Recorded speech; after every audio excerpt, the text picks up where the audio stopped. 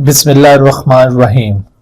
रब्बिश्रह ली सदरी व यस्सिर ली अमरी वहलुल उक़दतम मिन लिसानी यफ़क़हू क़ौली। बिस्मिल्लाहिर्रहमानिर्रहीम। अस्सलाम वालेकुम dear students, welcome in PMC national MDCAT 2022 biology preparation series के हवाले से हम आज लेक्चर नंबर 8 का आगाज़ कर रहे हैं और इसका ताल्लुक भी बायोलॉजिकल मॉलिक्यूल्स के साथ है। गुज़िश्ता लेक्चर में भी हमने बायोलॉजिकल मॉलिक्यूल्स के कुछ टॉपिक्स कवर किए थे जिसमें इम्पॉर्टेंस ऑफ वाटर उसको कंप्लीट कर लिया था। तो इंशाल्लाह आज का ये जो लेक्चर है हमारा, इसमें हमने जो चीज़ें कवर करनी है, इसमें हमारे लर्निंग ऑब्जेक्टिव्स कुछ यूँ होंगे कि हमने इस लेक्चर के आखिर तक सबसे पहले बात करनी है comparison of elemental composition of major groups of organic biomolecules, और उसके बाद फिर आपको बताएंगे केमिकल नेचर ऑफ कार्बोहाइड्रेट जो कि ऑर्गेनिक बायोमॉलिक्यूल्स में एक इम्पॉर्टेंट ग्रुप है, और साथ साथ फिर हम इसको फर्दर डिटेल से कवर करेंगे, इनकी अक्रेंस और रोल लिविंग बींग्स में क्या होता है, classification of carbohydrates, characteristics and classification of monosaccharides, क्योंकि कार्बोहाइड्रेट्स 3 मेजर टाइप्स के हैं। तो आज का ये हमारा लेक्चर ख़ास तौर पर मोनोसेक्राइड्स के ऊपर बेस करेगा और उसके बाद फिर हम आगे बढ़ेंगे। तो इसमें मोनोसेक्राइड्स के अंदर आइसोमेरिज्म, क्लासिफिकेशन, फिर उसके बाद ओलिगोसेक्राइड्स पे आ जाएंगे, क्लासिफिकेशन ऑफ ओलिगोसेक्राइड, उसकी कुछ इंपॉर्टेंट एग्जांपल्स हम कवर करेंगे, and chemical structure of disaccharide जो ओलिगोसेक्राइड की एक मेजर क्लास है, और इसके साथ साथ क्लासिफिकेशन ऑफ पॉलीसेक्राइड। तो पॉलीसेक्राइड की जो मेजर एग्जांपल्स हैं उनको भी आज के इस लेक्चर में हम कवर करेंगे, उनके केमिकल स्ट्रक्चर को डिस्कस करते हैं।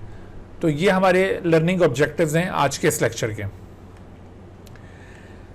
सबसे पहले देखते हैं कि ऑर्गेनिक बायोमॉलिक्यूल्स की कौन कौन सी टाइप्स हमारे बॉडी के अंदर पाई जाती हैं, और उनमें अगर हम एलिमेंटल कंपोजिशन के लिहाज से कंपेयर करें तो क्या फ़र्क नज़र आता है हमें इन तमाम major groups of organic biomolecules में।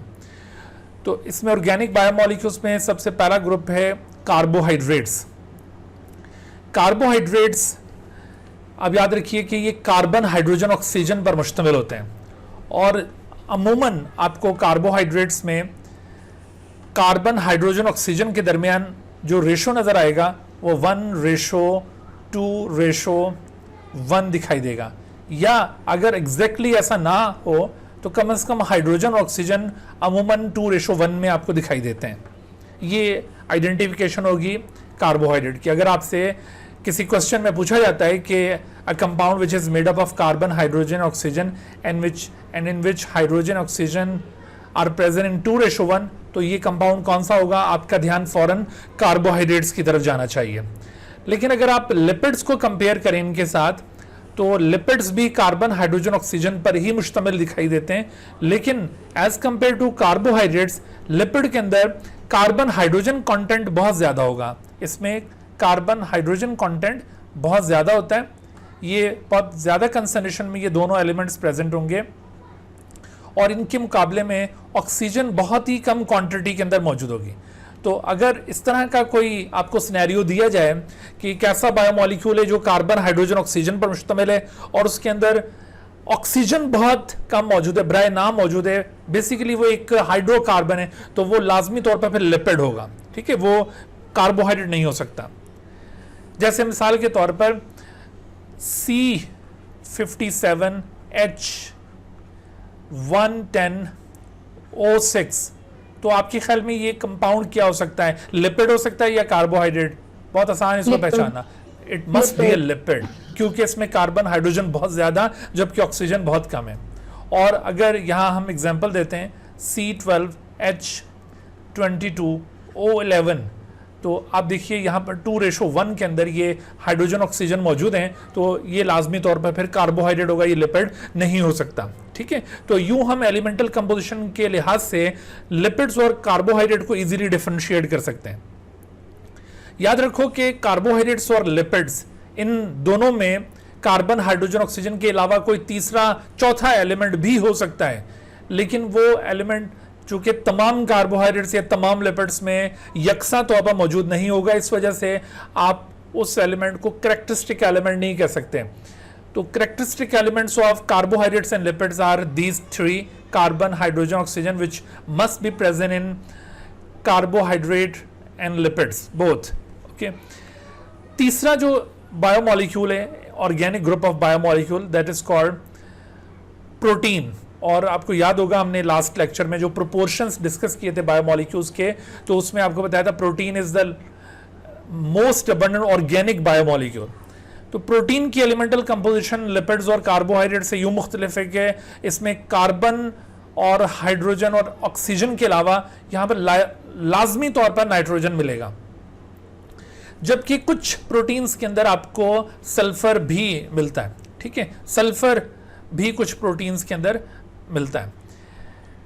अच्छा, कुछ बुक्स के अंदर फास्फोरस का भी जिक्र आता है, but phosphorus is not found in any pure protein because phosphorus is not the component of amino acid. इस वजह से किसी भी प्योर प्रोटीन के अंदर फास्फोरस नहीं होगा। अलबत्ता जो कोई ड्राइव प्रोटीन्स होती हैं या कंजुगेटेड प्रोटीन्स हैं, दे मे कंटेन फास्फोरस, बट ये जो एलिमेंट्स हैं इनके बारे में जरूर याद रखना है, ये चार एलिमेंट्स तो लाजमी प्रेजेंट होंगे, carbon, hydrogen, oxygen and nitrogen, जबकि कभी कभार प्रोटीन्स के अंदर सल्फर भी मौजूद हो सकता है।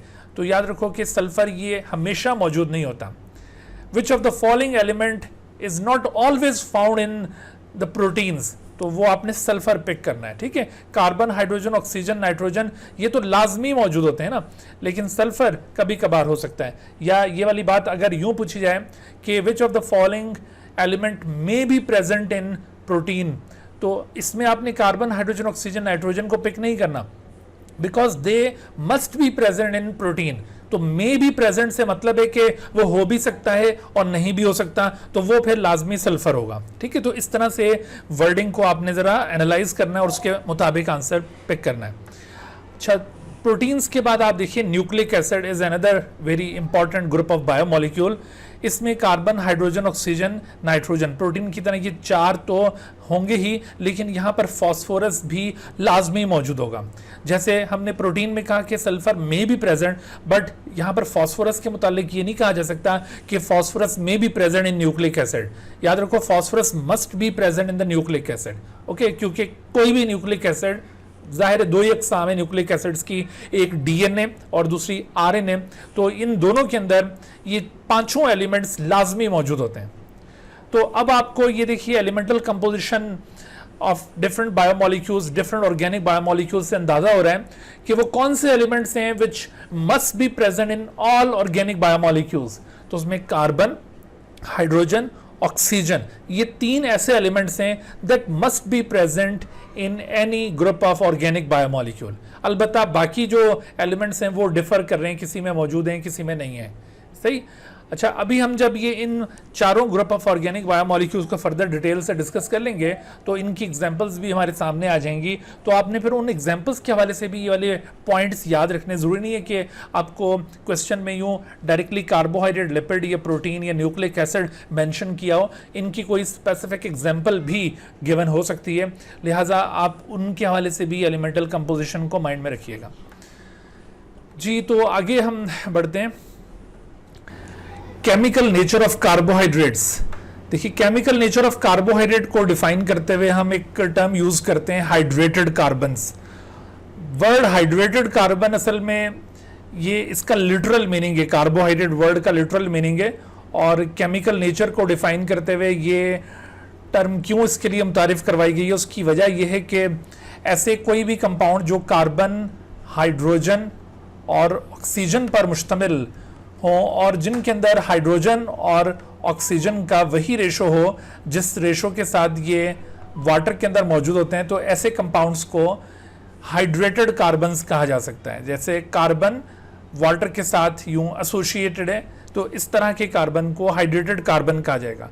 तो ये टर्म ऐसे कंपाउंड्स के लिए यूज़ की जाती थी जो कंपाउंड्स कार्बन, हाइड्रोजन और ऑक्सीजन पर मुश्तमिल थे और जिनमें हाइड्रोजन और ऑक्सीजन 2:1 में पाया जाता था। मिसाल के तौर पर आप देखिए, यहाँ पर एक एग्जांपल आपके सामने ग्लूकोज की है। इसके अंदर आप देखिए हाइड्रोजन ऑक्सीजन के दरमियान वही रेशो है जो कि वाटर के अंदर हाइड्रोजन ऑक्सीजन का रेशो होता है। बिल्कुल इसी तरह एक और एग्जांपल सुक्रोज की आप लीजिए, यहाँ पर भी हाइड्रोजन ऑक्सीजन 2:1 में पाए जाते हैं। तो ऐसे तमाम कंपाउंड्स को कार्बोहाइड्रेट्स के तौर पर कंसिडर किया जाता था। अच्छा, ये जो बात हमने अभी डिस्कस की है कार्बोहाइड्रेट्स के मुतालिक, ये कार्बोहाइड्रेट्स के मुतालिक दुरुस्त तो है लेकिन थोड़ी सी कंफ्यूजिंग है। वो इस सेंस में कि कुछ यहाँ पर ऐसे कंपाउंड्स भी हमारे सामने आए जिनके अंदर बिल्कुल यही सिचुएशन दिखाई देती है जो हम अभी बयान कर रहे थे, लेकिन वो दरअसल कार्बोहाइड्रेट्स नहीं है। मिसाल के तौर पर एसिटिक एसिड एक ऐसा कंपाउंड है जिसका मॉलिक्यूलर फार्मूला अगर देखा जाए तो C2H4O2, इस लिहाज से ये हाइड्रेटेड कार्बन नजर आ रहा है क्योंकि hydrogen and oxygen are present in 2:1, लिहाजा इस कंपाउंड को कार्बोहाइड्रेट होना चाहिए। लेकिन acetic acid is not a carbohydrate. Acetic acid basically एक ऑर्गेनिक एसिड है। तो आपने नोट किया कि ये कंफ्यूजन है, ये कार्बोहाइड्रेट होना चाहिए लेकिन एक्चुअली कार्बोहाइड्रेट नहीं है। हम इसको कार्बोहाइड्रेट क्यों नहीं मान रहे, अभी आपको आगे एक्सप्लेन करते हैं कि इसकी जो बकाया प्रॉपर्टीज हैं वो दरअसल कार्बोहाइड्रेट्स वाली नहीं है। तो फकत हम ये कहते हैं कि भाई चूंकि ये एक हाइड्रेटेड कार्बन है, यानी इसमें कार्बन हाइड्रोजन ऑक्सीजन प्रेजेंट है और हाइड्रोजन ऑक्सीजन 2:1 में, तो इस वजह से इसको कार्बोहाइड्रेट कहना चाहिए, तो फिर ये ज्यादती होगी बाकी कार्बोहाइड्रेट्स के साथ भी। ठीक है, इसी तरह से एक और आपको एक कंफ्यूजन बताते हैं, लेकिन आप ये एसिटिक एसिड का स्ट्रक्चर देख लें कि एसिटिक एसिड में जो फंक्शनल ग्रुप आप देख रहे हैं, this functional group is known as carboxylic acid group. और ये कार्बोक्सिलिक एसिड ग्रुप आपको कार्बोहाइड्रेट्स में नहीं मिलेगा। कार्बोहाइड्रेट्स के अंदर जो फंक्शनल ग्रुप्स पाए जाते हैं वो अल्डिहाइड और कीटोन्स हैं। अभी आगे हम ये स्ट्रक्चर रिव्यू करते हैं तो उसमें आपको शो करेंगे कि अल्डिहाइड और ketones are found in carbohydrates but no carbohydrate contain carboxylic acid group. तो चूंकि यहां पर कार्बोक्सिलिक एसिड ग्रुप है इस वजह से ये कार्बोहाइड्रेट नहीं है। बस वो महज इत्तेफाक है कि यहां पर जो सिचुएशन थी वो कार्बोहाइड्रेट वाली दिखाई दे रही थी कि कार्बन हाइड्रोजन ऑक्सीजन तीनों मौजूद हैं और हाइड्रोजन ऑक्सीजन का रेशो 2:1 है। बिल्कुल इसी तरह से लैक्टिक एसिड की एग्जांपल भी हमारे सामने C3H6O3। अब इसमें भी हाइड्रोजन ऑक्सीजन का रेशो वही 2:1 है, लेकिन जब आप स्ट्रक्चर देखते हैं लैक्टिक एसिड का तो इसमें भी आपको ये कार्बोक्सिलिक एसिड ग्रुप दिखाई देता है। तो कार्बोक्सिलिक एसिड ग्रुप जैसा कि मैंने आपको बताया ये कार्बोहाइड्रेट्स का फंक्शनल ग्रुप नहीं है। कार्बोहाइड्रेट्स में अल्डिहाइड या कीटोन ग्रुप्स पाए जाते हैं, इस वजह से इनकी प्रॉपर्टीज में फ़र्क है। तो ये लैक्टिक एसिड भी बज़ाहिर एक कार्बोहाइड्रेट दिखाई दे रहा है बट हकीकत में ये कार्बोहाइड्रेट्स नहीं है। तो ये कन्फ्यूजन थी जिसकी वजह से ये जो डेफिनेशन थी इसको फिर आगे ज़्यादा प्रमोट ना किया गया और अल्टीमेटली इस डेफिनेशन को अब हम कंसिडर नहीं करते। हालांकि ये जो बात इस डेफिनेशन में की गई है ये बात गलत नहीं है। कीप इन योर माइंड, अगर किसी MCQ में आपसे पूछा जाए कि which of the following is incorrect तो आपने महज इसको इनकरेक्ट नहीं कह देना कि भाई ये डेफिनेशन ज़्यादा फॉलो नहीं की जा रही। हाँ, अलबत्ता अगर पूछा जाए कि which of the following definition of carbohydrate is no more followed तो उसमें आप इसको पिक कर सकते हैं कि भाई इसको हम फॉलो नहीं कर रहे। अलबत्ता ये बात दुरुस्त जरूर है। मैं अभी आपको इसके हवाले से क्वेश्चन दिखाता हूं तो आपको ये अंदाजा हो जाएगा कि कैसे ये बात पूछी जाएगी।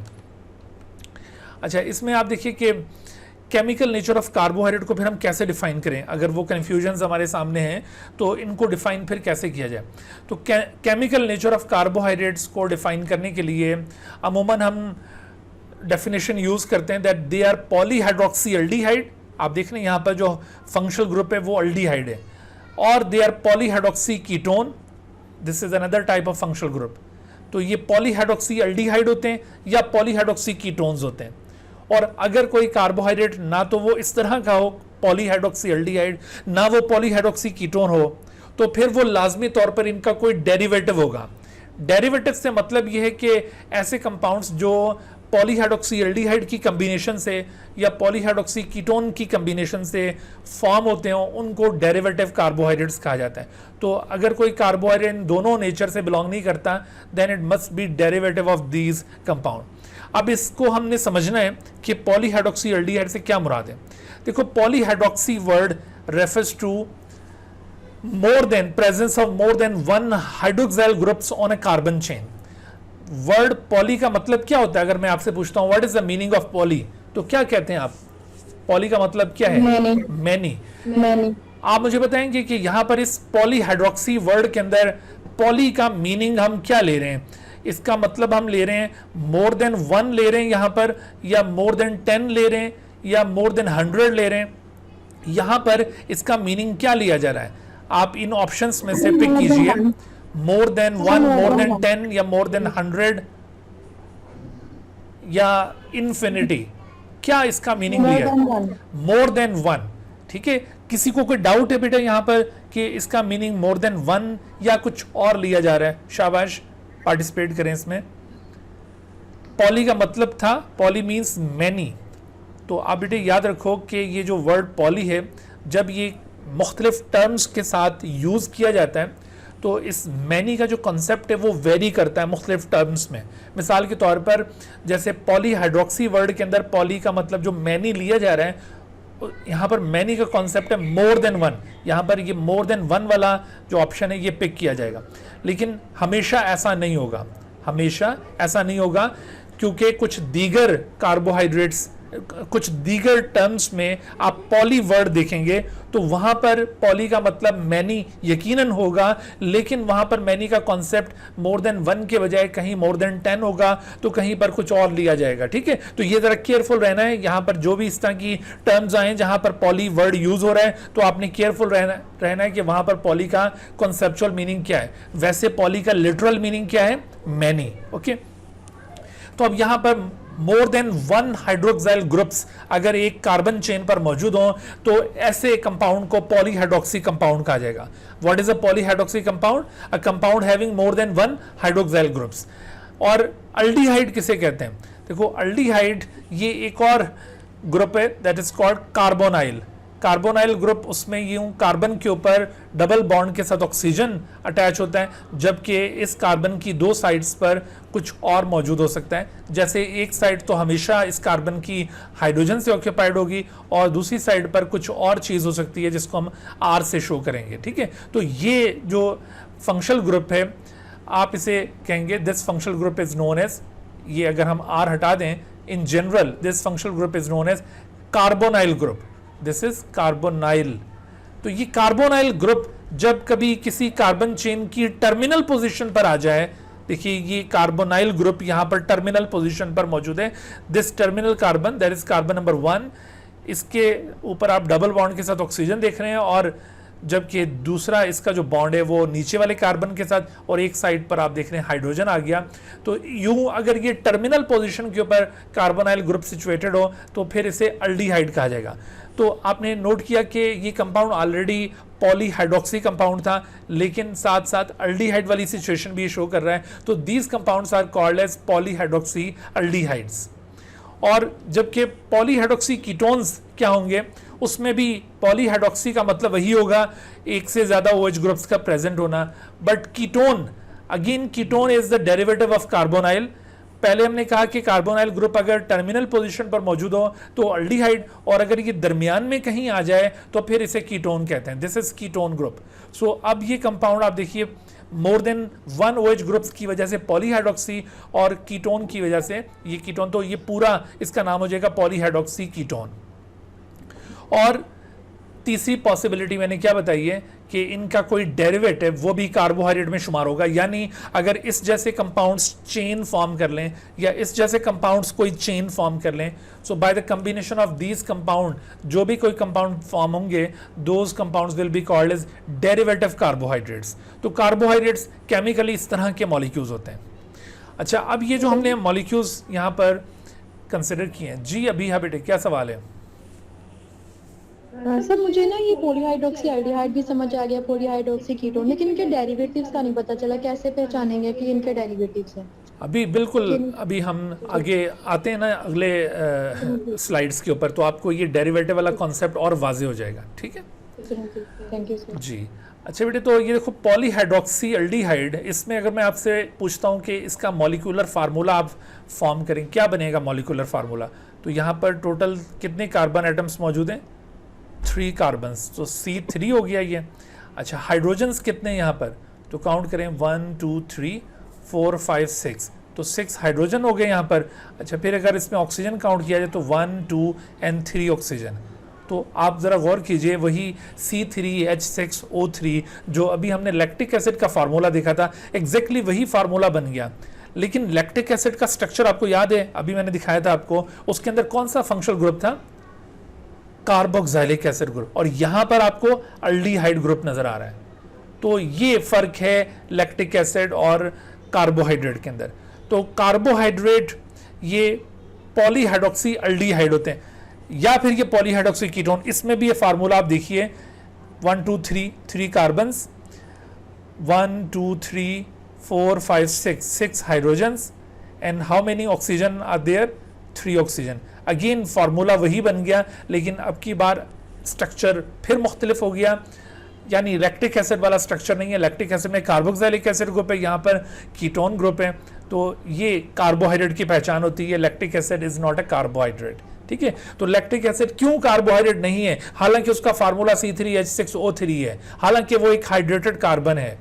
तो उसमें हम जस्टिफिकेशन, उसमें कार्बोक्सिलिक एसिड ग्रुप मौजूद है, इस वजह से वो कार्बोहाइड्रेट में शुमार नहीं होता। तो carbohydrates are actually polyhydroxy aldehyde और पॉलीहाइड्रोक्सी कीटोन्स, और या फिर इनके कोई डेरिवेटिव्स, जैसे अभी आगे हम देखेंगे स्टार्च या जितने भी ओलिगोसेक्राइड्स हैं या पॉलीसेक्राइड, वो सारे डेरिवेटिव कार्बोहाइड्रेट्स हैं, वो इस तरह के यूनिट्स की कंडेंसेशन से फॉर्म होते हैं। बहरहाल अभी आगे चलकर वो बताते हैं आपको। ठीक है, अच्छा, अब मैं अगर आपसे पूछता हूँ, यहाँ पर एक सवाल आपसे पूछा जाता है कि, एक मिनट, हाँ जी, यहाँ पर वो सवाल आपसे पूछ लेते हैं। सवाल बेटे कुछ इस तरह से कि which of the following is incorrect about carbohydrate. एक ऑप्शन आपको दिया जा रहा है पॉलीहाइड्रोक्सी अल्डिहाइड, ठीक है, पॉलीहाइड्रोक्सी अल्डिहाइड। दूसरा ऑप्शन आपको दिया जा रहा है पॉलीहाइड्रोक्सी कीटोन। तीसरा ऑप्शन आपको दिया जा रहा है हाइड्रेटेड कार्बन्स, और चौथा ऑप्शन आपको दिया जा रहा है both A and B, A and B, और पांचवा ऑप्शन है नन ऑफ देम। सो बताइए which of the following is incorrect about carbohydrate. Incorrect मैंने पूछा है, नन ऑफ देम। तो आप ये हाइड्रेटेड कार्बन वाले टर्म को पिक नहीं करेंगे, क्या ये दुरुस्त है कार्बोहाइड्रेट के मुतालिक? Are they hydrated carbons? Yes, they are true hydrated carbons, इसमें कोई शक नहीं है। लेकिन हम इसको डेफिनेशन नहीं बना सकते। मिसाल के तौर पर आप मैं कहता हूं which of the following is और the most appropriate terms to define the carbohydrates. एक ऑप्शन अब यहां पर नन के बजाय हमने कर दी है ऑल कर देते हैं, ठीक है, ऑल। तो अब बताओ कौन सा ऑप्शन ज्यादा फिट करेगा कि to define carbohydrate which one is most appropriate? Both A and B.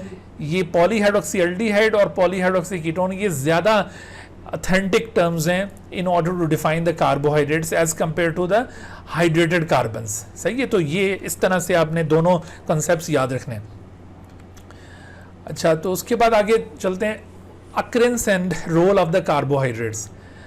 Carbohydrates हमारे बॉडीज के अंदर मुख्तलिफ जगहों पर मौजूद हैं। They are found in all organisms in almost all parts of the cell.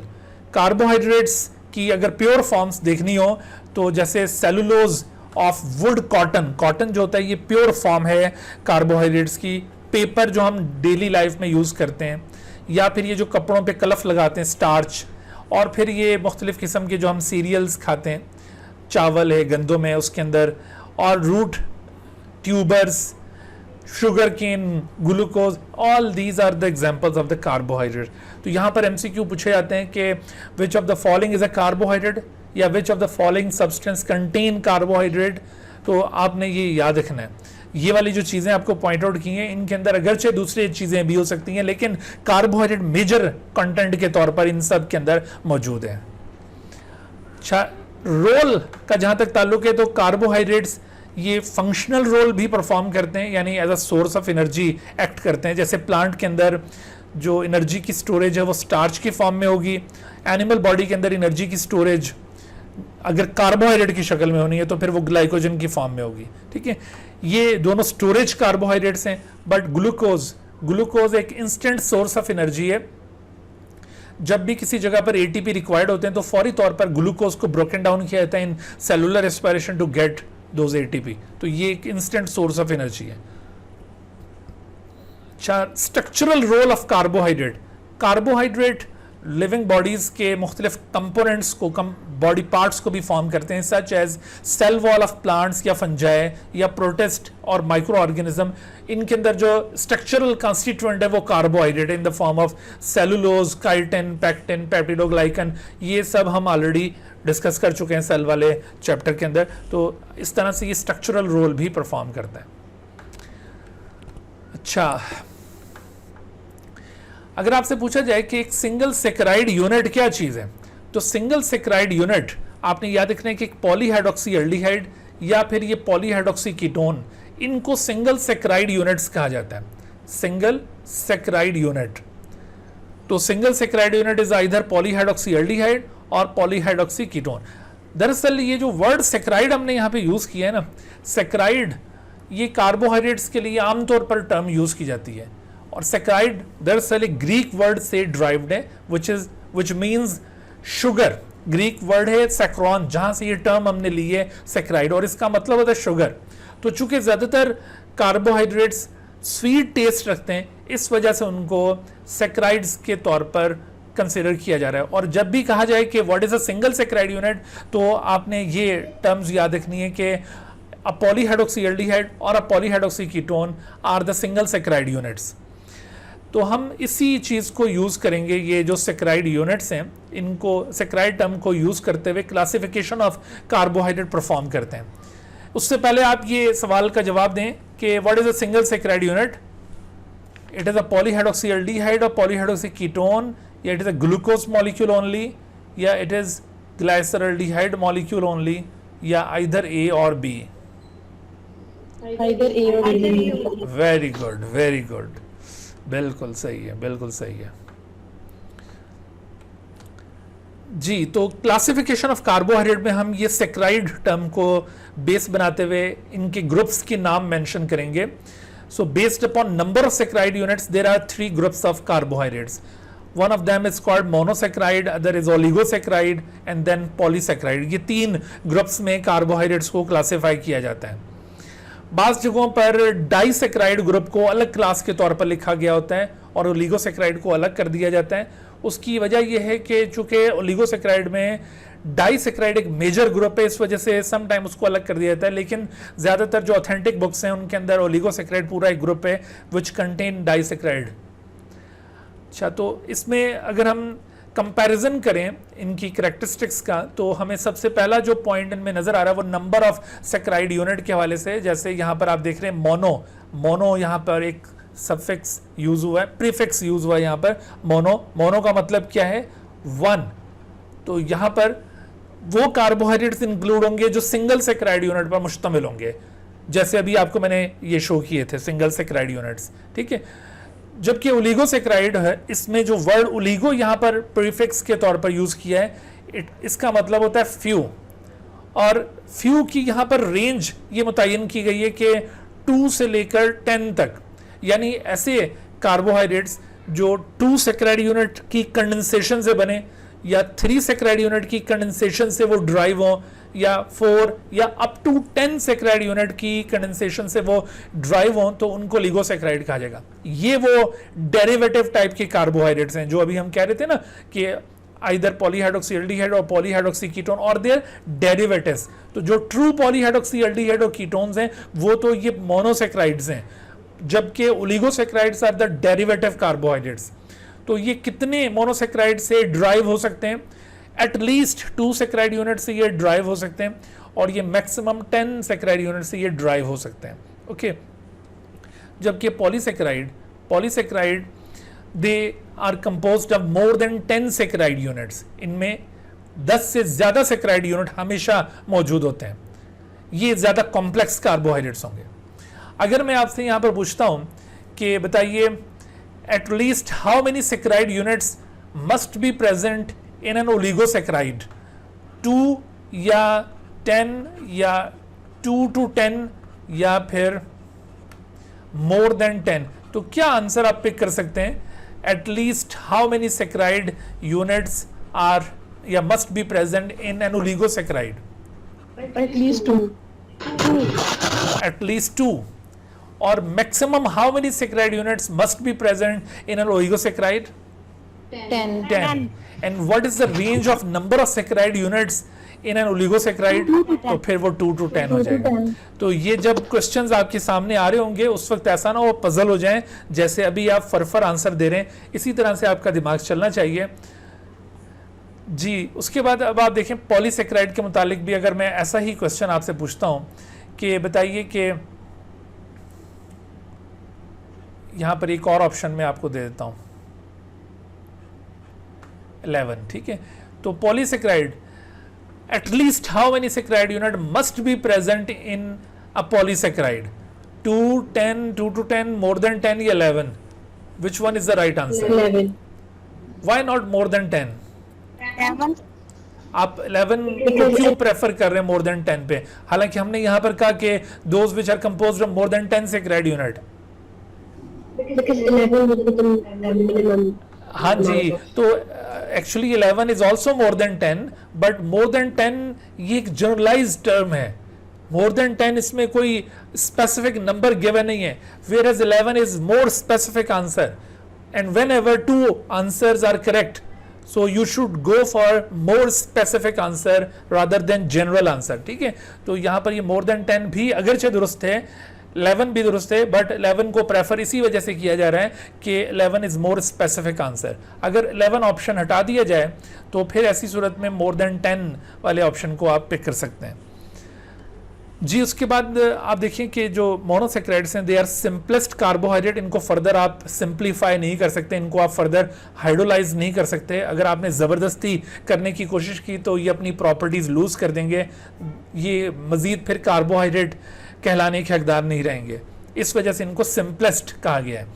लेकिन ये कॉम्प्लेक्स कार्बोहाइड्रेट्स हैं, but they are less complex. बताइए लेस कॉम्प्लेक्स देन मोनोसेक्राइड होंगे या लेस कॉम्प्लेक्स देन पॉलीसेक्राइड है? ये दोनों से लेस कॉम्प्लेक्स हैं देन पॉलीसेक्राइड, एग्जैक्टली, ठीक है। तो ये भी केयरफुल रहिए कि इस तरह की भी बात यहां से बन सकती है।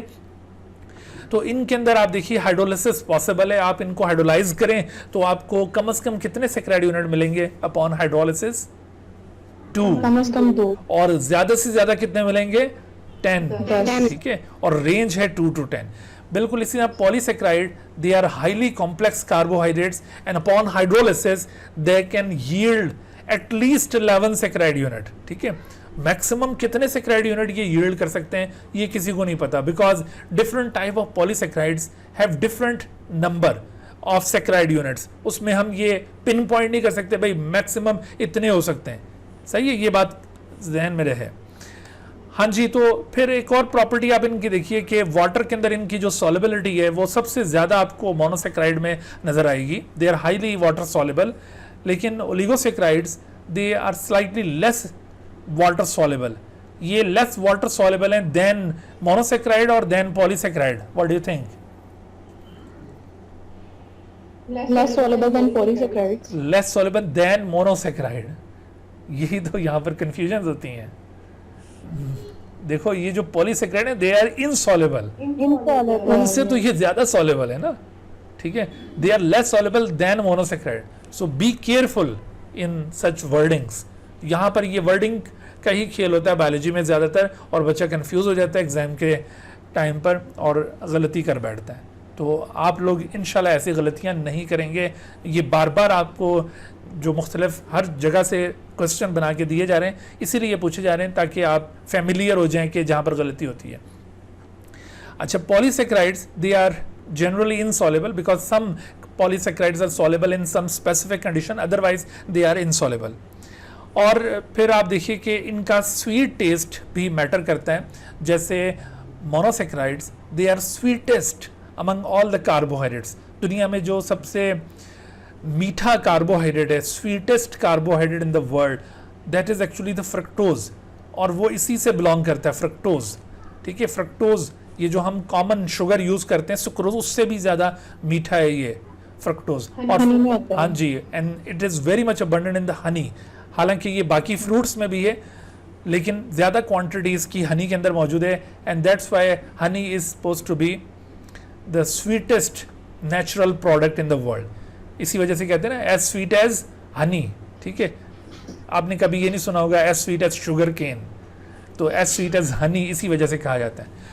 हाँ जी, oligosaccharides they are less sweet in taste than monosaccharides. Okay, उनके मुकाबले में लेस स्वीट है। जहां पर भी ये कंपैरेटिव कैरेक्टरिस्टिक आती है उसमें आप जरूर उसमें कॉन्सेप्ट जहन में बनाओ कि ये किसके साथ कंपैरिजन किया गया है, और पॉलीसैकेराइड के साथ या फिर मोनोसैकेराइड के साथ। ठीक है, so they are less sweet than monosaccharide, और जबकि polysaccharide they are generally tasteless. So why the taste of these carbohydrate differ from each other? Taste किस चीज पर डिपेंड कर रहा है? Actually taste depends upon their affinity with our taste buds. हमारी जो स्वीट टेस्ट के लिए बर्ड्स मौजूद हैं टंग के ऊपर, so those taste buds can not recognise the polysaccharides, or they have less affinity with the oligosaccharides, therefore they are less sweet in taste. But वो जो taste buds हैं, sweet taste को recognize करने वाले buds, they have more affinity with the monosaccharides, इस वजह से ये सबसे ज़्यादा आपको sweet महसूस होते हैं। So ये इनकी जो affinity होती है हमारी taste buds के साथ, उनकी वजह से ये difference नज़र आ रहा है इनमें। अच्छा, जहाँ तक इनका जनरल फार्मूले का ताल्लुक है, कार्बोहाइड्रेट्स में जो जनरल फार्मूला यूज़ किया जाता है जिसके थ्रू हम ओवरऑल कार्बोहाइड्रेट्स को करेक्टराइज करते हैं, so this general formula is CXH2O whole Y। यहाँ पर आप देख रहे हैं इस फार्मूले के अंदर हमने दो वेरिएबल्स यूज़ किए हैं, दो वेरिएबल्स, उनमें एक X यहाँ पर शो कर रहा है नंबर ऑफ कार्बन एटम्स को। ये जहन में रखिएगा क्योंकि अभी इसके ऊपर MCQs बनेंगे। तो X represents the number of carbon atoms, whereas Y जो है ये मुख्तलिफ जगहों पर आपको मुख्तलिफ मीनिंग शो करता हुआ दिखाई देगा। कहीं पर Y की वैल्यू X के इक्विवेलेंट होगी। X के इक्विवेलेंट से मतलब है कि जितना नंबर ऑफ कार्बन एटम होगा उतना ही ये Y कंसिडर किया जाएगा। So Y is sometime equal to X, that is in monosaccharide. ये जो पहला ग्रुप मैंने आपको बताया था मोनोसैकेराइड, वहां पर X की वैल्यू Y के इक्विवेलेंट है। ठीक है, मिसाल के तौर पर C6H12O6, this is a monosaccharide, glucose. ठीक है, ये मोनोसैकेराइड है। तो यहाँ पर आपसे अगर मैं पूछता हूँ कि what is the value of the X in this case, तो आपने number of carbon atoms count करने, वो आपके सामने लिखे हुए हैं, दैट इज 6। सो यहाँ पर X की वैल्यू कितनी है? 6। और अगर मैं आपसे कहता हूँ कि इस मोनोसैकेराइड में बताओ Y की वैल्यू क्या है, तो यहाँ पर Y भी एक्चुअली 6 है। ठीक है, Y is equal to X, that is 6। तो अगर हम ये दोनों जगहों पर 6 प्लेस करें, यहाँ पर भी 6 और यहाँ पर भी 6, और फार्मूले को ओपन करें तो ये फार्मूला बन जाएगा। तो यूं कोई भी आपको फार्मूला बता के ये X या Y की वैल्यूज पूछी जा सकती हैं। तो मोनोसैकेराइड में Y is equal to X, लेकिन आप देखिए डाइसैकेराइड जो कि ओलिगोसैकेराइड की एक किस्म है, disaccharides are those oligosaccharide which made up of 2 saccharide units. तो इसके अंदर Y की वैल्यू X से 1 कम होगी। जो भी X की वैल्यू होगी आपने 1 माइनस कर देना उसमें से, that will be the value of the Y। Okay, जैसे आप देखिए C12H22O11 ये एक डाइसैकेराइड है। तो इसके अंदर अगर मैं आपसे पूछता हूँ बताओ कि X की वैल्यू कितनी है, तो आप फौरन फार्मूले में देख के बता देंगे that is 12। And what about Y, तो Y की वैल्यू कितनी है यहाँ पर? तो अगर आपको ये पता है कि ये डाइसैकेराइड है, then Y must be 1 less than X, that is 11।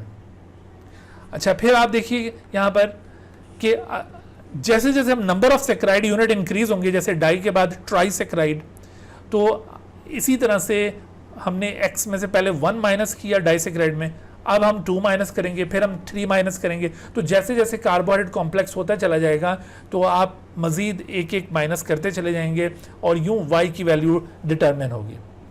जैसे आपके सामने ये कार्बोहाइड्रेट है C18H32O16, तो यहाँ पर X की वैल्यू तो ऑब्वियसली 18 होगी, बट Y की वैल्यू क्या होगी?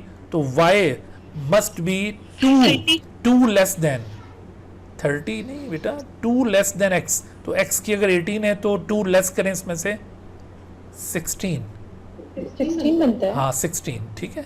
क्या बोला था पहले किसी? बच्चे तो कुछ हो ही अच्छा गया। कुछ, हाँ कोई और आंसर आया था। चलें, बहरहाल ये Y जो है यहाँ पर 16। अच्छा, आपने एक बात पे गौर किया यहाँ पे, असल में ये जो Y है, Y is equal to number of oxygen atoms.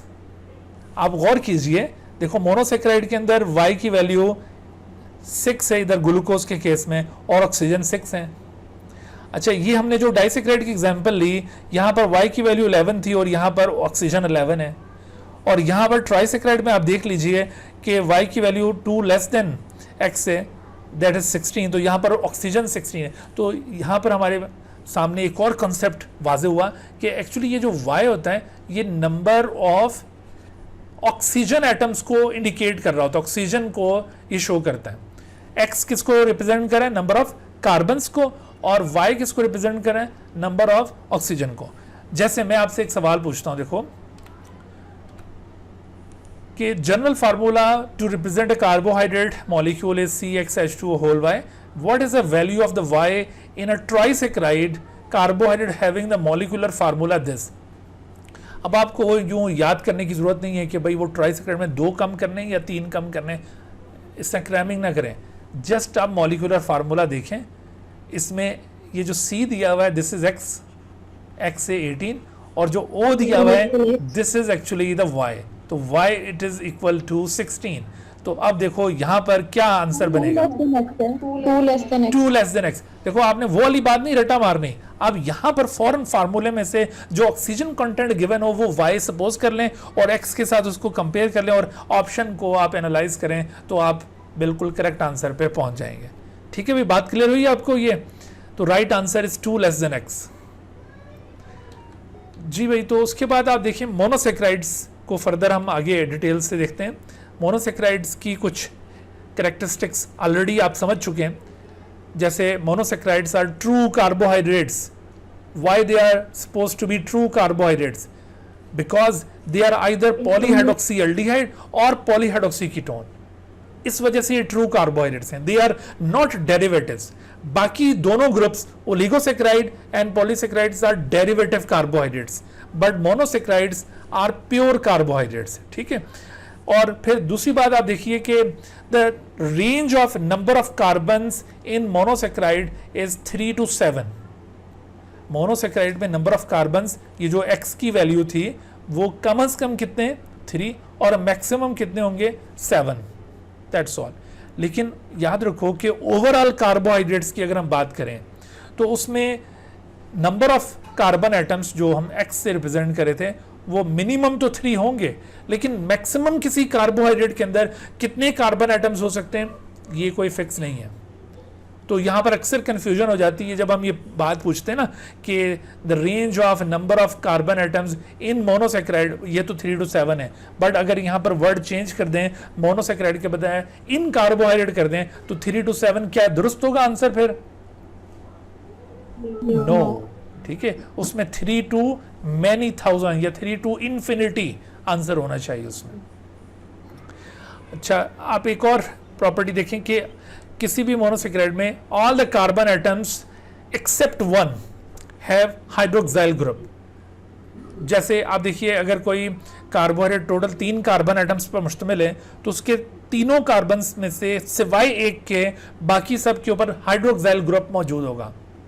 तो यूं आप इजीली काउंट कर सकते हैं कि भाई how many hydroxyl groups are found in a carbohydrate containing 3 monosaccharide 3 carbon atoms, तो उसमें 2 होंगे। 4 कार्बन एटम्स वाले मोनोसेक्राइड में कितने OH ग्रुप्स होंगे? तो 3 होंगे। 5 वाले में ये 4 होंगे, और इसी तरह 6 वाले में ये 5 होंगे, और 7 कार्बन एटम्स रखने वाले मोनोसेक्राइड में ये OH कितने होंगे? 6। तो बताइए कि OH ग्रुप्स की तादाद कितनी वेरी करती है? कम से कम किसी मोनोसेक्राइड में कितने OH ग्रुप्स हो सकते हैं? 2 हो सकते हैं, और मैक्सिमम कितने हो सकते हैं? ये नहीं पता। मोनोसेक्राइड की बात हो रही है। 6। तो सब बच्चे ये याद रखें कि मोनोसेक्राइड में नंबर ऑफ कार्बन एटम्स वो तो 3 to 7 है, but number of OH groups ये 2 to 6 होंगे। तो ये भी 2 अलग अलग बातें, यहाँ पर भी अक्सर कंफ्यूजन हो जाती है, दिमाग यूं जंप खा जाता है, तो केयरफुल रहना है इस तरह की बातों में। अच्छा, वो जो एक कार्बन है जिसके ऊपर OH ग्रुप नहीं होगा तो वहां पर क्या होगा?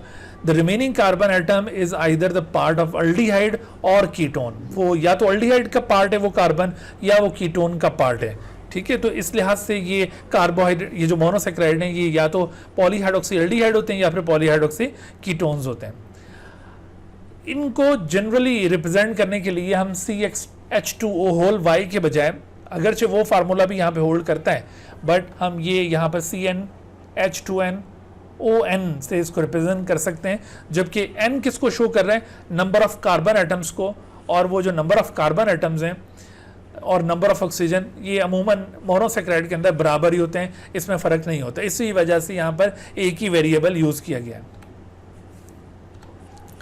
जब मोनोसैकेराइड्स, इनको देखिए हम अगर फर्दर क्लासीफाई करें ना, तो इसमें बेस्ड अपॉन फंक्शनल ग्रुप आपके सामने दो डिफरेंट क्लासेस बनती है मोनोसैकेराइड की। एक को कहा जाएगा कीटोसिस और दूसरे ग्रुप को एल्डोसिस कहा जाएगा।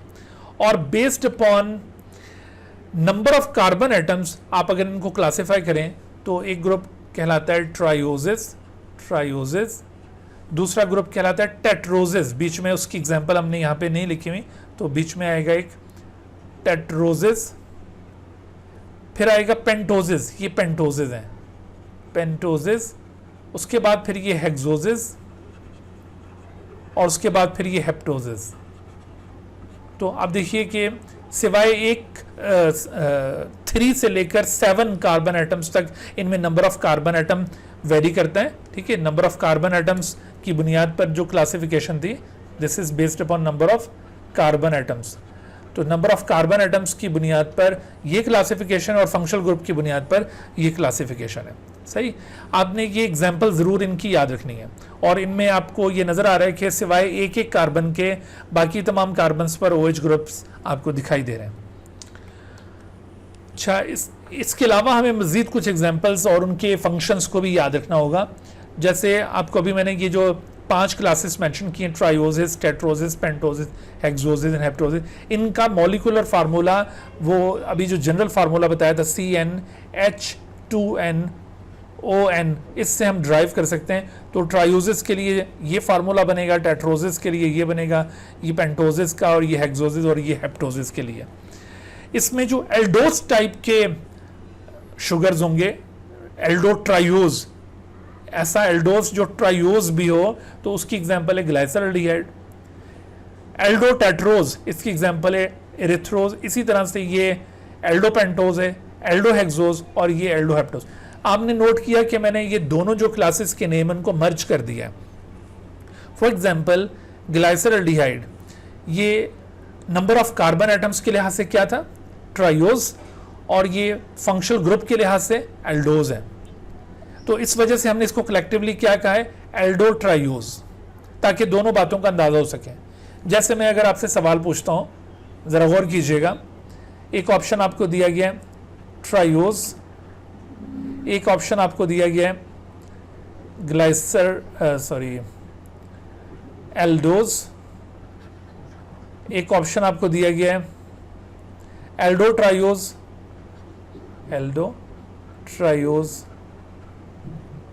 और एक ऑप्शन आपको दिया गया है नन, और एक मशहूर मारूफ ऑप्शन ऑल। ठीक है, तो अब आपसे सवाल ये है, ज़रा सवाल गौर से समाअत फरमाएं। सवाल ये है कि which of the following is the most appropriate term to characterise glyceraldehyde molecule. इस ग्लाइसरल्डिहाइड को करेक्टराइज करने के लिए मोस्ट अप्रोप्रिएट टर्म क्या हो सकती है? श्योर, सब लोग मुत्तफिक हैं एल्डोट्रायोज होना चाहिए, ऑल नहीं होना चाहिए। Very good, very good. ये बात आपको कैसे याद है कि ये मोस्ट वर्ड यहाँ पे यूज हो रहा है, तो हमें कभी भी ये ऑल की तरफ नहीं जाना। मोस्ट वर्ड जब भी क्वेश्चन के अंदर यूज हो रहा हो तो इसमें हमने कोई एक को प्रेफर करना होता है बाकियों के ऊपर। ठीक है, तो इस वजह से aldotriose would be the right answer. लेकिन अगर मैं सवाल चेंज करता हूं, अब मैं पूछता हूं which of the following is correct about a glyceraldehyde? All are correct. ये ट्रायोज भी है, ये एल्डोज भी है, ये एल्डोट्रायोज भी है।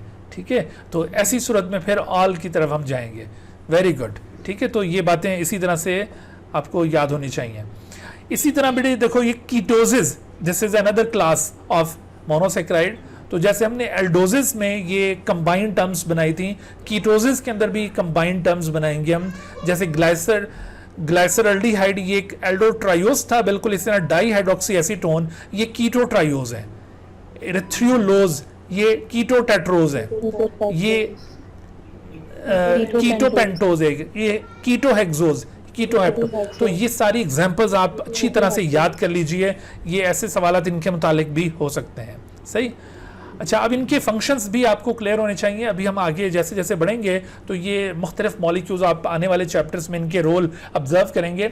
जैसे ये जो डाईहाइड्रोक्सी एसीटोन और ग्लाइसरल्डिहाइड, अभी आप फोटोसिंथेसिस और रेस्पिरेशन में इनका बहुत ज़्यादा तज़किरा देखेंगे। ये बहुत ज़्यादा ग्लाइसरल्डिहाइड और डाईहाइड्रोक्सी एसीटोन ये दोनों रेस्पिरेशन और फोटोसिंथेसिस में इंटरमीडिएट्स के तौर पर इन्वॉल्व हो रहे होते हैं।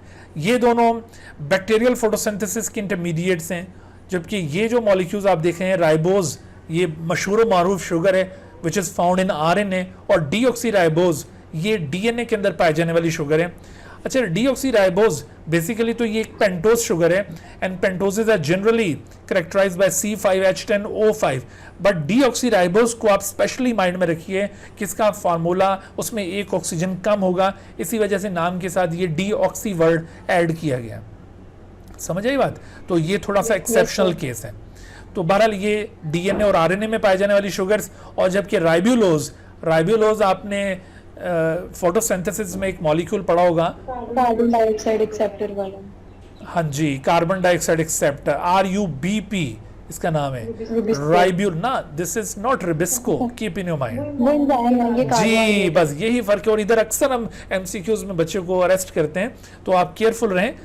RUBP, ribulose 1,5 bisphosphate, this is actually a substrate, and the enzyme which act upon this substrate is known as RUBP carboxylase, जिसको प्यार से कहते हैं रुबिस्को। उसे क्या कहते हैं? रुबिस्को। ठीक है, तो रुबिस्को बेसिकली एंजाइम है, this is an enzyme, whereas the RUBP is a substrate। सो ये केयरफुल रहना है आपने, इधर गलती होने का बड़ा चांस है इन दोनों मॉलिक्यूल्स में। जैसे मैं आपसे पूछता हूं कि RUBP and Rubisco, which of the following is a carbohydrate? Both या none? RUBP is a carbohydrate, but ये जो Rubisco है, this is not a carbohydrate। इसकी chemical nature by the way क्या होगी? शाबाश सोचिए। प्रोटीन होंगे, प्रोटीन्स होंगे, एंजाइम है। Well done, well done. ठीक है, तो ये Rubisco बेसिकली एक एंजाइम है। हाँ जी, तो ये फ्रक्टोज ये जो हम सुक्रोज वगैरह खाते हैं उसके अंदर भी फ्रक्टोज पाया जाता है।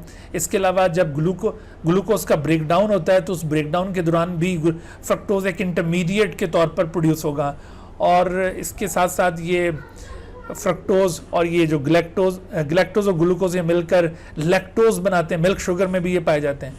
और ये दोनों फोटोसिंथेसिस के अंदर प्लांट हायर प्लांट्स की फोटोसिंथेसिस में ये दोनों मेटाबॉलिक इंटरमीडिएट्स हैं। अच्छा, आप इस सवाल का जरा जवाब दें कि which of the following is the most appropriate term for molecule showing in the figure. तो ये आपके सामने मॉलिक्यूल, आप इसको पहचान सकते हैं। ये बताइए, एल्डिहाइड ग्रुप आपको नजर आ रहा है, ये कीटोन ग्रुप नजर आ रहा है? एल्डिहाइड है। तो इसका मतलब है कि ये एल्डोज शुगर होगी या कीटोज शुगर? एल्डोज। एक कार्बन के अलावा बाकी कार्बन पर OH ग्रुप हैं, तो ये लाजमी शुगर मॉलिक्यूल है, मोनोसेक्राइड है। तो अब हम इसको पहचानें, क्या ये एल्डोज है? यस। क्या ये कीटोज है? नो। ये वाली बात दुरुस्त नहीं है इसके लिए। पेंटोज है? यस। ठीक है। एल्डो पेंटोज है? यस। और मोनोसेक्राइड है? यस। तो पूछा गया था आपसे मोस्ट अप्रोप्रिएट। तो अब देखो, हालांकि 4 बातें इसके लिए दुरुस्त हैं, एक गलत है, लेकिन मोस्ट अप्रोप्रिएट पूछा जा रहा है, तो फिर हमें कोई एक पिक करना है, और वो एक कौन सा होगा? जी, एल्डोपेंटोज या एल्डोज या मोनोसेक्राइड, क्या समझते हैं? Aldopentose is most appropriate. Why? Because aldopentose is more descriptive term. इससे हम एग्जैक्टली पिन पॉइंट कर सकते हैं कि ये किस तरह का मॉलिक्यूल होगा। अगर हम मोनोसेक्राइड पिक करें तो मोनोसेक्राइड तो कई किस्म के होते हैं, इस वजह से कोई अंदाज़ा नहीं हो सकता कि ये कैसा मॉलिक्यूल होगा। और अगर हम ये एल्डोज या पेंटोज को पिक करते हैं तो ये बहुत ही नैरो टर्म्स हैं। ठीक है, तो ये भी इस तरह से अप्लाई नहीं हो सकती। So this is most appropriate term. और अगर हम यहाँ पर ये कहें कि which of the following is more generalized term for the molecule showing in the figure, तो generalized term monosaccharide will be the most generalized term. ठीक है भाई, और इनकरेक्ट क्या होगा, ketose will be the incorrect answer. तो इस तरह यहाँ पर कई एक सवाल हल हो रहे हैं इससे। बहरहाल इसका एंडोपेंटोज था आंसर। अच्छा, मोनोसेक्राइड्स का जो जनरल स्ट्रक्चर है वो दो तरह का होगा, एक ओपन चेन स्ट्रक्चर्स में पाए जाते हैं और दूसरा ये रिंग चेन स्ट्रक्चर्स में पाए जाते हैं। ओपन चेन स्ट्रक्चर आमतौर पर मोनोसेक्राइड्स में जब ये ड्राइड फॉर्म में होते हैं, क्रिस्टलाइन फॉर्म में होते हैं, उस वक्त ये ओपन चेन स्ट्रक्चर शो कर रहे होते हैं। But when they are dissolve in water at that time they are converted into ring chain structure. तो ये जो रिंग चेन स्ट्रक्चर इनमें स्टैब्लिश होता है, ये किस तरह से स्टैब्लिश होता है, लेकिन उससे पहले हमें ओपन चेन स्ट्रक्चर का आइडिया होना चाहिए।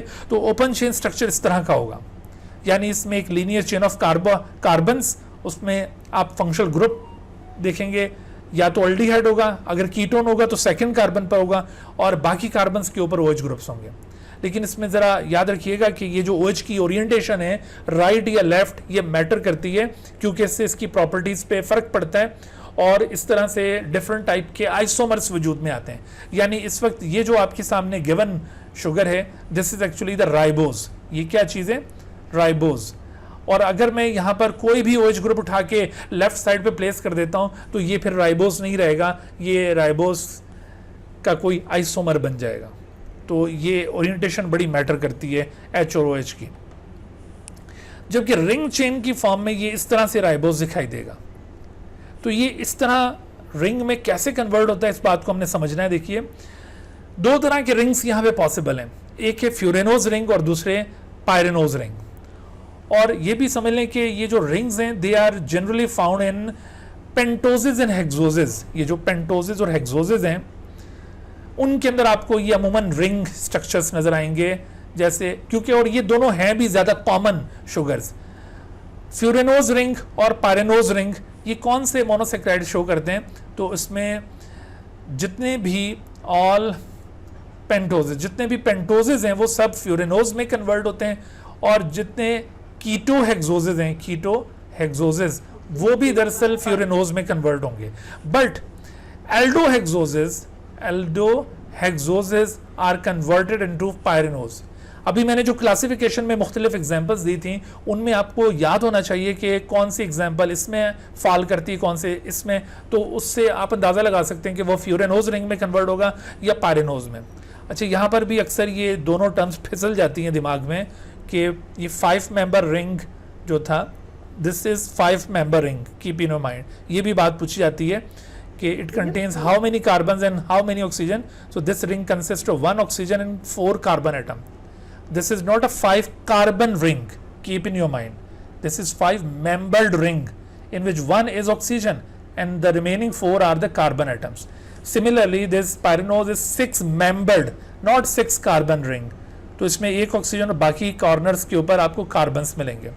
ठीक है, तो ये कैसे याद रखा जाए कि भाई 5 मेंबर्स पर मुश्तमिल कौन सा होगा और 6 मेंबर्स पर मुश्तमिल कौन सा है, तो आप इसमें, हाँ जी, बस ये वाली ट्रिक जहन में बिठा लें कि F फॉर 5 और F फॉर फ्यूरेनोज, बस ये अगर जहन में आ गया तो ऑब्वियसली दूसरा फिर पायरेनोज ही होगा। ठीक है, अच्छा, तो अब इसकी कन्वर्जन देखिए इस तरह से होती है कि ये राइबोज मॉलिक्यूल आपके सामने, when it puts into water and it is dissolve in it, तो at that time what happens कि इसका ये जो सेकंड लास्ट कार्बन देख रहे हैं ना, टोटल 5 कार्बन हैं, तो second last would be the carbon number 4। Actually the second last carbon is also known as penultimate carbon. इसके लिए ये टर्म यूज करते हैं, penultimate carbon. Second last carbon के लिए जी, second last carbon is also known as penultimate carbon, whereas the first carbon which is the part of functional group aldehyde का part होगा, या फिर अगर कीटो शुगर है तो जो सेकंड कार्बन कीटोन ग्रुप का पार्ट होता है, the carbon which is part of the functional group is known as anomeric carbon. उसे क्या कहते हैं, एनोमेरिक। तो ये दोनों टर्म्स आप याद रखो, एनोमेरिक कार्बन कौन सा कार्बन है और पेनल्टीमेट कार्बन कौन सा है, सही। तो जब आप इसको वाटर में डिसॉल्व करते हैं तो ऐसी सूरत में इसके पेनल्टीमेट कार्बन का OH ग्रुप इसके एनोमेरिक कार्बन के साथ इंटरेक्ट करेगा, या दूसरे लफ्जों में इसका जो एनोमेरिक कार्बन पर फंक्शनल ग्रुप है इसका ये ऑक्सीजन पेनल्टीमेट कार्बन के साथ इंटरेक्ट करेगा और एज अ रिजल्ट यहाँ से ये OH ऊपर शिफ्ट हो जाएगा। देखो ये यहाँ पर जो OH था ये ऊपर चला गया और ये ऑक्सीजन इसने अपना एक बॉन्ड इस कार्बन 1 से तोड़कर उसको कार्बन 4 के साथ बना लिया और ये एक ब्रिज की फॉर्म में एस्टैब्लिश हो गया। सो ये जो आप रिंग बनता हुआ देख रहे हैं, this ring is known as Fischer projection.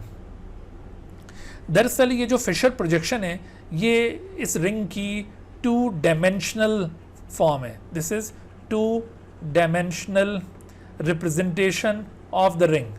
ये 2 डायमेंशनल व्यू है रिंग का, लेकिन अगर आप इसको 3 डायमेंशनली ऑब्जर्व करें तो इसकी शेप कुछ ऐसे बनती है। ये इस तरह से हॉरिजॉन्टली प्लेस्ड होगा और ये जितने भी आपको HOH नजर आ रहे हैं ये इस तरह से मौजूद होंगे, OH ऊपर तो H नीचे, OH ऊपर H नीचे, और ये इस तरह हॉरिजॉन्टली प्लेस है। सो this is actually the 3 dimensional representation of the ring. This 3-dimensional representation is known as Haworth's projection। ये असल में साइंटिस्ट के नेम से इनको मंसूब किया है जिन्होंने इनको रिपोर्ट किया था। तो 2 डायमेंशनल के मुकाबले में जो 3 डायमेंशनल रिप्रेजेंटेशन है ये चूँकि ज़्यादा डिस्क्रिप्टिव है, इस वजह से ज़्यादातर हम इसको फॉलो कर रहे होते हैं।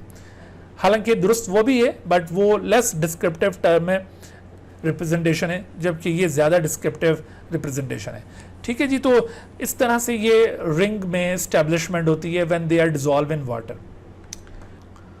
अच्छा बेटे, मेरे ख्याल में हम यहाँ पर अपना जो लेक्चर है आज का उसका अख्ताम करते हैं। इससे जो आगे के टॉपिक्स हैं इंशाल्लाह उसको हम फिर नेक्स्ट लेक्चर के अंदर शामिल करेंगे।